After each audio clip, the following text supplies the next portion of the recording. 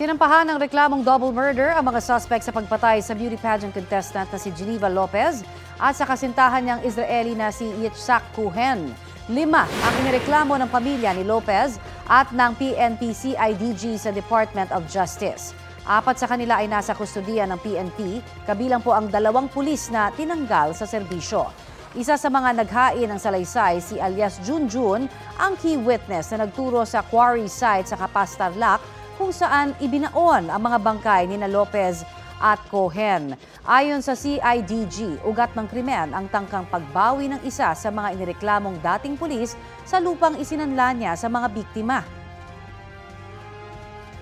Kapuso, para sa mga maiinit na balita, mag-subscribe sa GMA Integrated News sa YouTube. Sa mga kapuso naman abroad, subaybayan nyo kami sa GMA Pinoy TV at sa www.gmanews.tv.